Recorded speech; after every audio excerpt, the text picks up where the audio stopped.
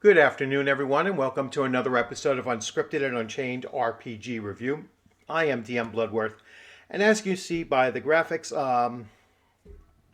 this is going to be a doozy, all right? And, I'm going to use some pretty strong language here, and I apologize for the delay of getting in on this particular topic.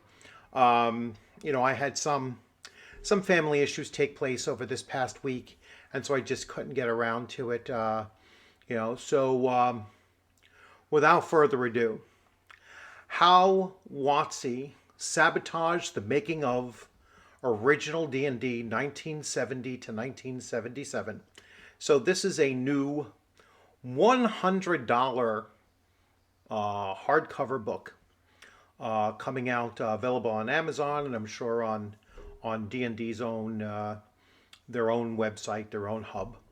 And again, $100, written by John Peterson, and at least as far as I know, perhaps there's other contributors to it as well.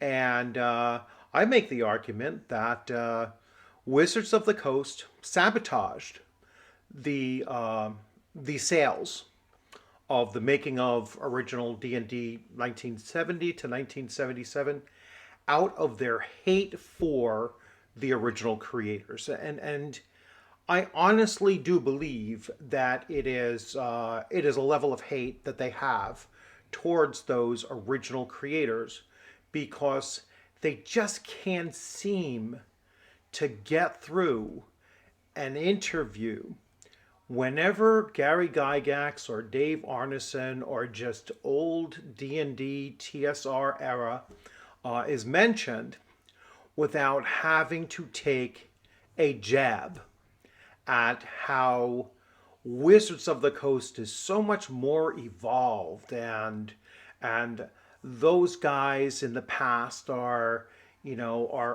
just bogged down by their bigotry and their prejudice and the ageism that comes out of Wizards of the Coast, and the anti-creative, the jealousy that comes out of Wizards of the Coast, because they know that they don't have the same level of creativity, innovation, and really just the groundbreaking changes and impact that TSR, especially in its older iteration of TSR, in its older days, in its infancy, they just can't match it. And it truly is just jealousy, and an inferiority complex that they keep on exhibiting. But I'm going to let you see it for yourself, and I'm sure that many of you have probably seen this before. But I'm going to break it down perhaps a little bit further and add my commentary to it. And you'll see hopefully you'll see where I'm coming from, at the very least, understand where I'm coming from. You're welcome to disagree with me and, or agree with me either way. But let's take a look at this abhorrent video and interview.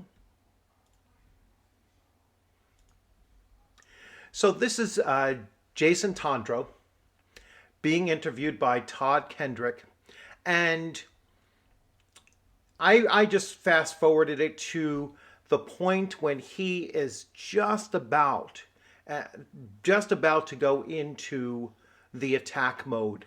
And I want you to just look at the expression on Todd Kendrick's face when he's just about to lead into this line of questioning and discourse between the two of them.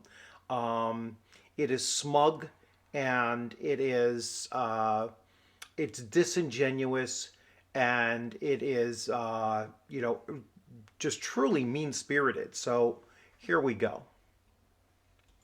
And so I have a a lot of fond memories of these early years of the game. And he's going to backstab them right now.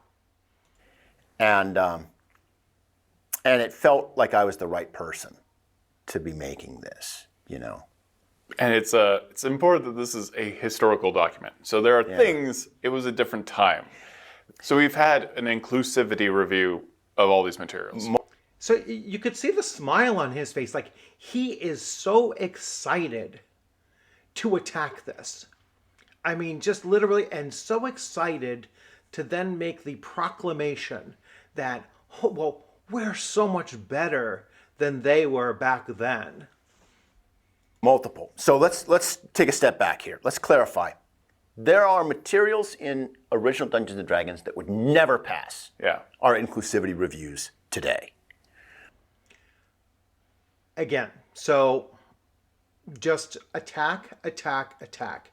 Can't get through a single interview where old school Dungeons & Dragons is brought up without attack from Wizards of the Coast.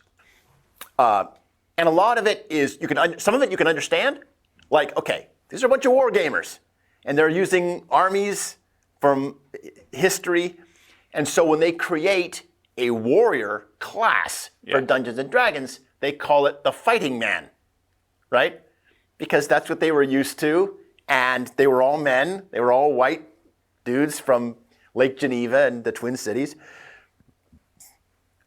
But that's just the tip of the iceberg, right? Like, there's a lot of material in this book, and I won't go over all of it, but it would not pass our inclusivity reviews today. Well, we couldn't change it. It's history. What we can do is acknowledge it and show how far we've come, because that's not D&D anymore. Right?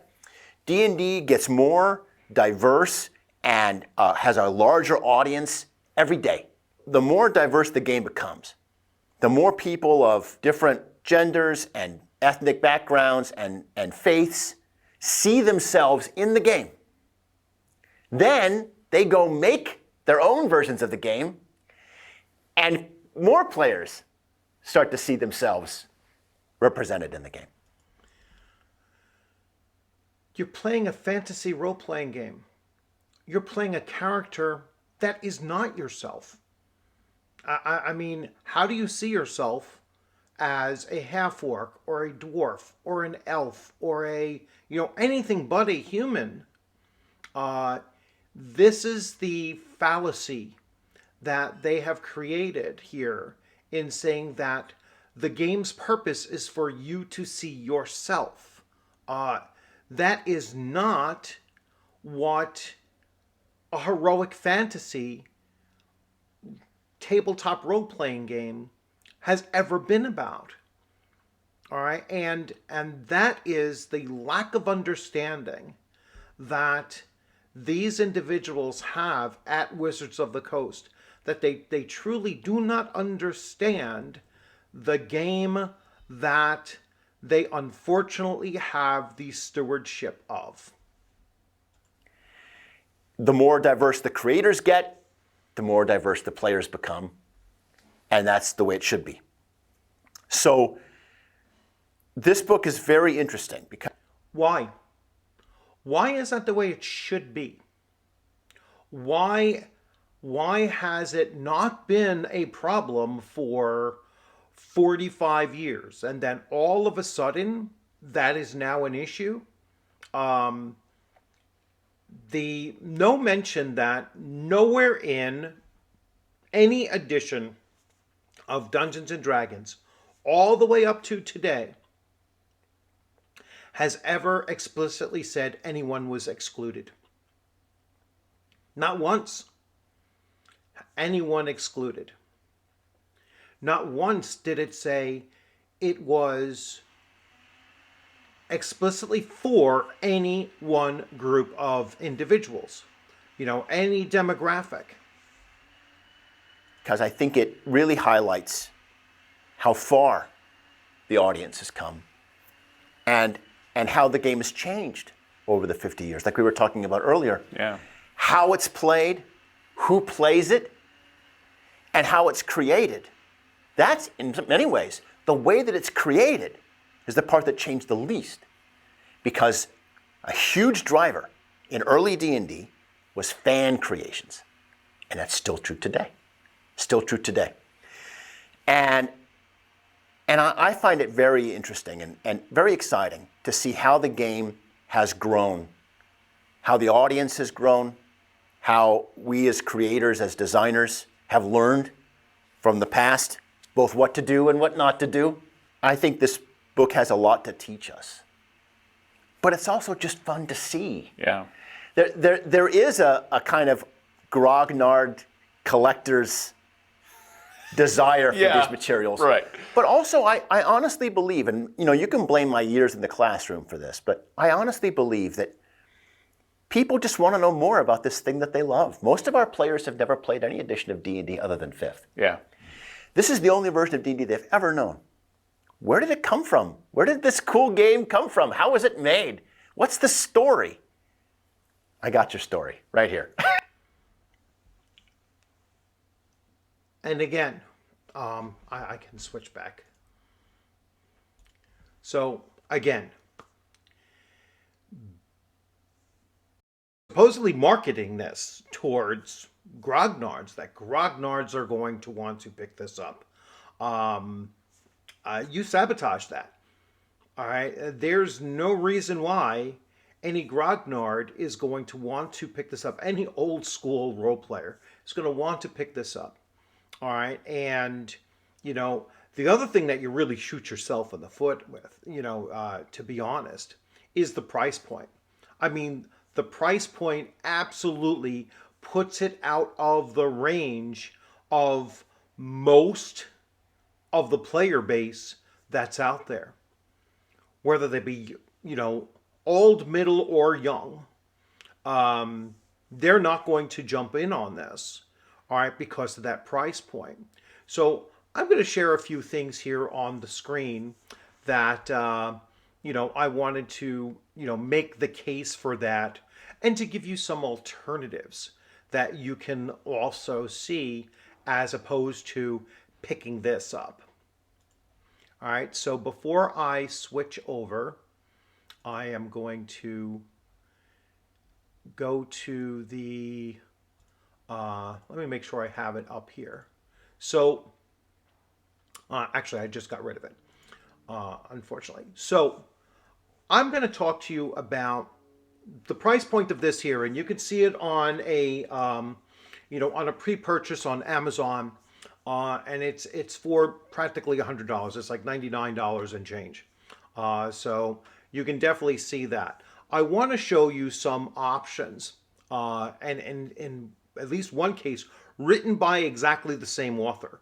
So I don't believe that it is going to be a dramatic change from what that author has already written. All right, and I'm going to show you that as well. So this is the original, so this is the author, and the author of Game Wizards is John Peterson, same person who supposedly wrote this book here. Now, this is John Peterson's book. It is a soft cover book, and it's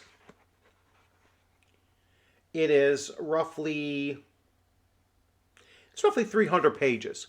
So that book there is 500 pages. Now, I know that they're including a copy of the three original, the 3-volume set of OD&D in there. So that's going to push it over to close to 400 pages or so. And then there's probably some other pages mixed in there as well to push it close to, I believe the book is about 500 pages or so.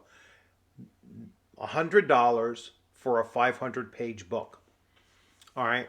This book right here, written by the same author, is talking about the history of Dungeons and Dragons. All right.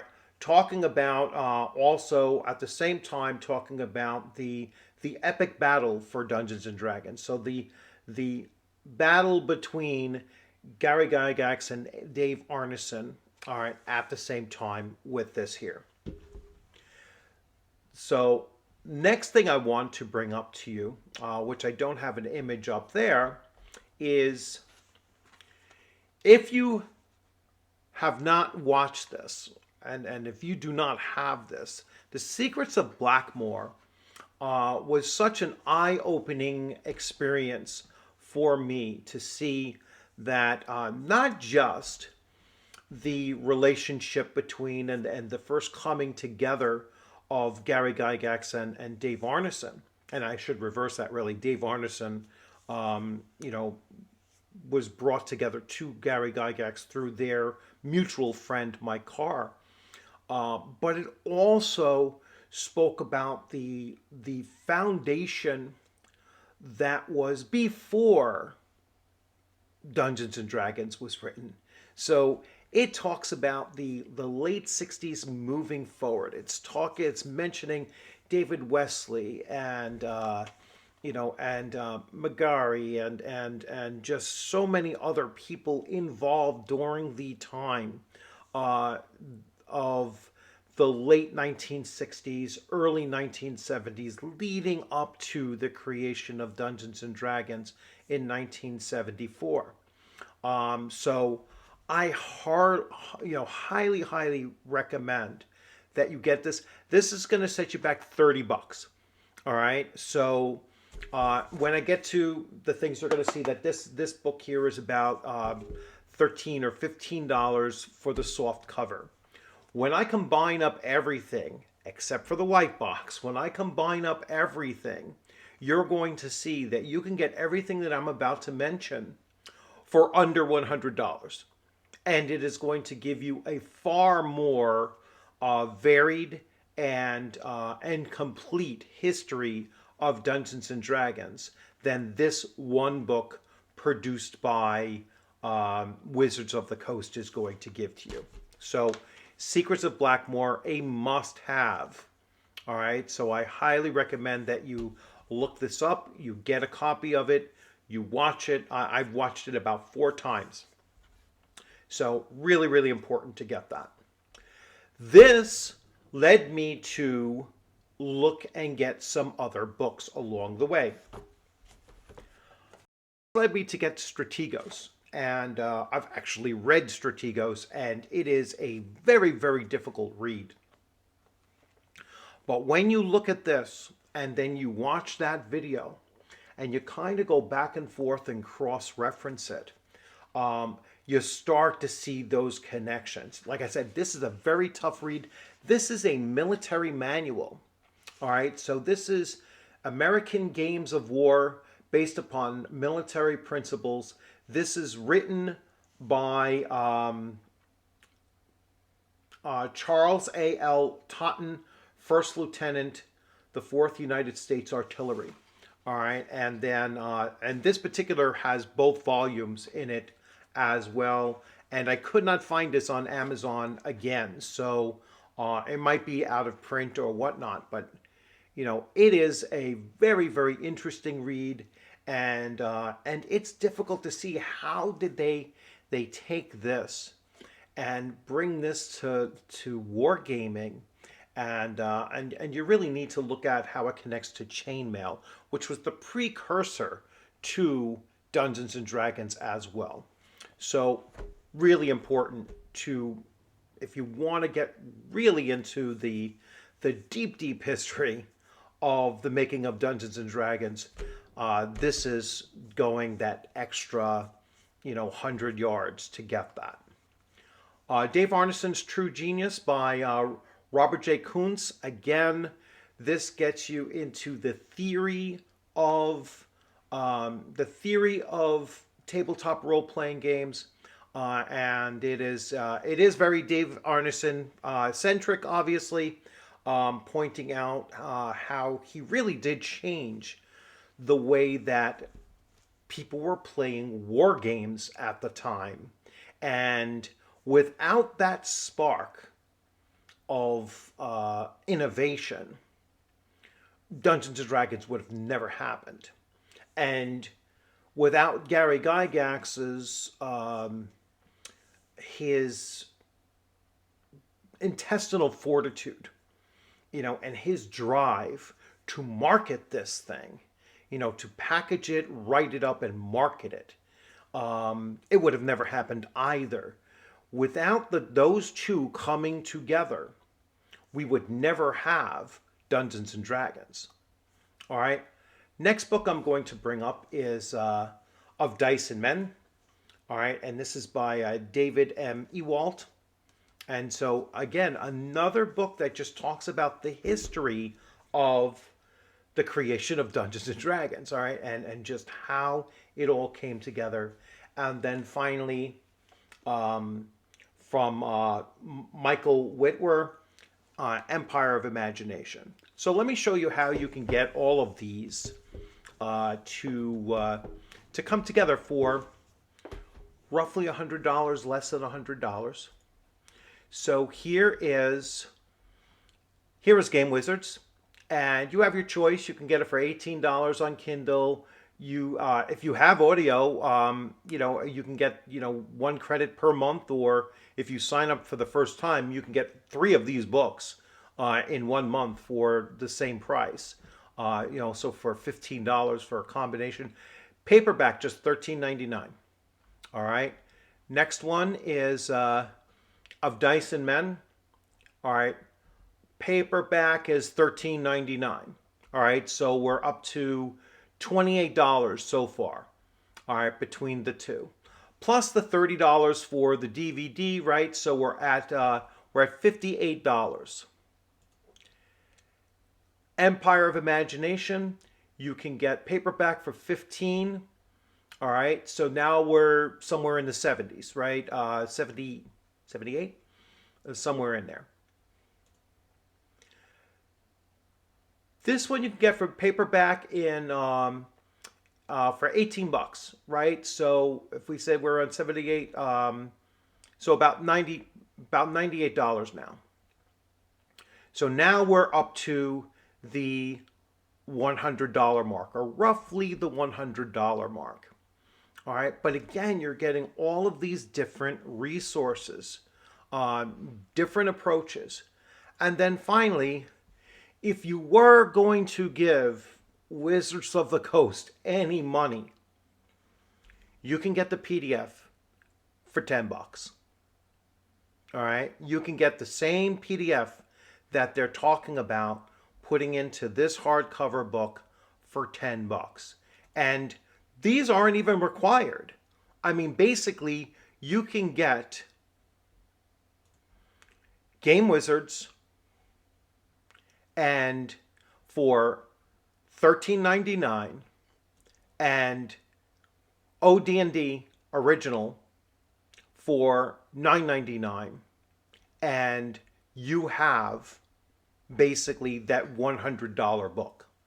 All right, I am just offering you the additional resources that I have collected over over the time, really after watching the Secrets of Blackmoor, and then that's where you can go. Now, for those of you, and there's one YouTuber in particular that I'm going to direct this to, who is saying, oh, the grognards, these old school guys that have vowed never to buy Wizards of the Coast again, are going to flood to get their hands on this. No, we're not. We're not, because I just gave, number one, a much cheaper way to get the same things if you wish to. But I'm also going to point to that individual in particular, and I will go to big screen here just to say, many of us have this. All right, and so we don't need to give Wizards of the Coast a penny of our money to enjoy the hobby as it was written back in 1974, because we have this. All right, and this is the point that that he's trying to make, that, oh no, we can't we can't get there. We're not going to be able to get there. I showed you the $9.99 solution to get these, all right, in a readable form and printable form.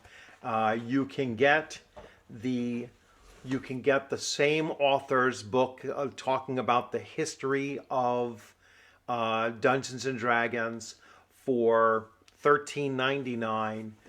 So total, you can get everything that this book is charging you $100 for under $50. All right, and there's just no comparison.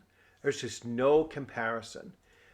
So, as I always tell, and others say the same thing,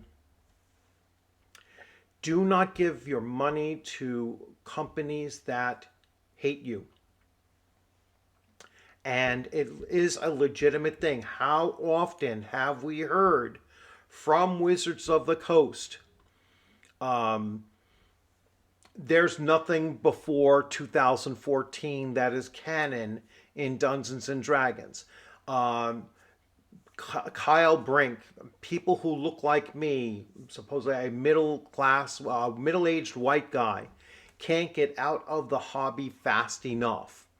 To now, this Jason Tondro and Todd Kendrick, so excited, just so excited to take a shot at old school D&D and its creators who they stand on the shoulders of. Neither of those guys would have any career in tabletop role-playing games if it wasn't for Gary Gygax and Dave Arneson and Robert Kuntz and over and over. I can go over so many other creators from them. So just so many people that they stand on the shoulders of. And yet they aren't half as creative, not a tenth innovative as those creators back in the day. So it's just it really is just astounding how those individuals can just shoot down their own product and just sabotage it. I mean, literally sabotaging it. It's like they've gone to the Mulvaney School of Marketing or something. It's just how can we destroy our own brand as quickly as possible? So I don't expect that this $100 book is going to sell very well at all. I think that it's going to be a disaster. It's going to be embarrassing. I feel sorry for John Peterson because, he can't speak out and say, oh, geez, these guys just sabotaged the sale of my book. He probably got an advance on it anyway, so it doesn't really matter to him one way or the other. But, if you want to support John Peterson, go out and buy this book instead. And if you want to see, old school Dungeons and Dragons, find somebody who already owns it, I don't recommend that you even spend the $9 or $10 on the PDF to get it from Wizards of the Coast. Find it out there. You'll find it out there. Trust me. There's plenty of OSR retro clones of old school D&D that you can get for a heck of a lot cheaper than that and get it in physical, and you're essentially running the same game anyhow. And if you want to pretend that the halflings written in those are hobbits, go right ahead. If you want to pretend that the Balor demon, the Type 6 demon, is a Balrog, go right ahead with it. That has never been impossible for you to do at any time. And it's not illegal to do so at any time. What you do at your table is completely empowered by your own imagination and your own desire to do so. So I hope you enjoyed this video. Again, I go out on the limb, I'm sure, for many of you in saying that, I honestly do believe that they are just incapable at Wizards of the Coast to ever mention old school D&D or to mention Gary Gygax or Dave Arneson, which they practically ignore Dave Arneson. But they can't get past mentioning Gary Gygax in a negative way or following it up with some kind of negativity towards him and towards his actual creations. And so that's, it's just sad. It's a sad thing for the steward of an IP that doesn't actually respect that IP and its original creator. So again, I know this is probably a tough one. I hope you enjoyed it, though. If you want to disagree with me, you're welcome to go right ahead. If you want to agree with me, thank you very much. And if you want to add some of your own comments in there, please feel free to do so. And let me know. Let me know if you're going to buy this thing for $100, and please feel free to explain why you think that's good, or if you already own the books and the other items that I've mentioned that are a cheaper way to get to the same information without any of that taint, then please feel free to jump in there and mention that as well. You'll have a great rest of your day. Enjoy your weekend, and I will see you sometime on the gaming screen or at a gaming table sometime soon. Take care.